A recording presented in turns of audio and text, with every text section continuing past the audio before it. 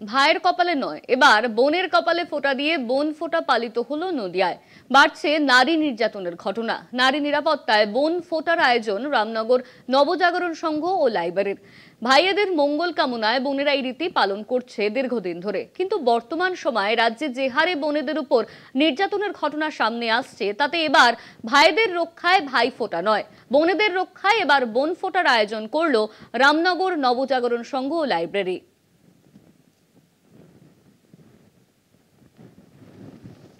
অভিনব উদ্যোগ নদিয়ার বোন ফোঁটার আয়োজন করা হলো এবার নদিয়ার নবজাগরণ সংঘের তরফে। বাড়ছে নারী নির্যাতনের ঘটনা, আর সেই কারণেই এবার ভাইদের ফোঁটা নয়, এবার দেওয়া হলো বোনেদের ফোঁটা। বোনেদের রক্ষায় এই উদ্যোগ নেওয়া হয়েছে।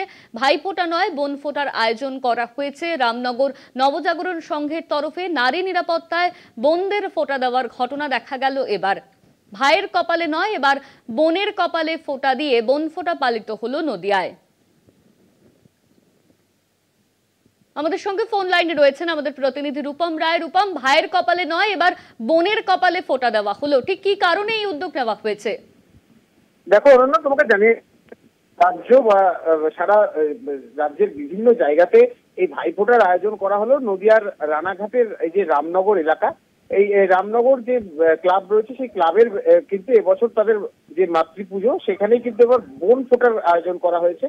অর্থাৎ বোন ফোঁটার কারণ হচ্ছে যে এখানে বিভিন্ন সময় নারীদের ওপর অত্যাচার বা নারীদের নিরাপত্তা, এই কারণগুলো এখন বর্তমানে রাজ্যে একদম সামাজিক অবক্ষয়ের মতো হচ্ছে।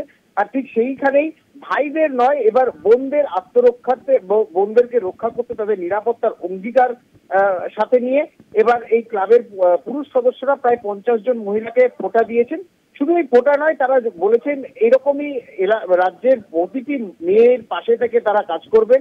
তারা যেন কোনো রকম ভাবে মহিলারা কোনো রকম জায়গায় যেন অপ্রীতিকর ঘটনার সম্মুখীন না হয়, সেক্ষেত্রে ভাই হিসাবে বোনের পাশে থেকে এবার বোনকে তারা রীতিমতো নিরাপত্তা দেবে। আর ঠিক সেই চিন্তা করেই রামনগর নবজাগরণ সংঘ লাইব্রেরি এই অনুষ্ঠান করেছে। অনন্যা, ধন্যবাদ তোমার রূপম। আমাদের সঙ্গে ফোন লাইনে ছিলেন আমাদের প্রতিনিধি রূপম রায়।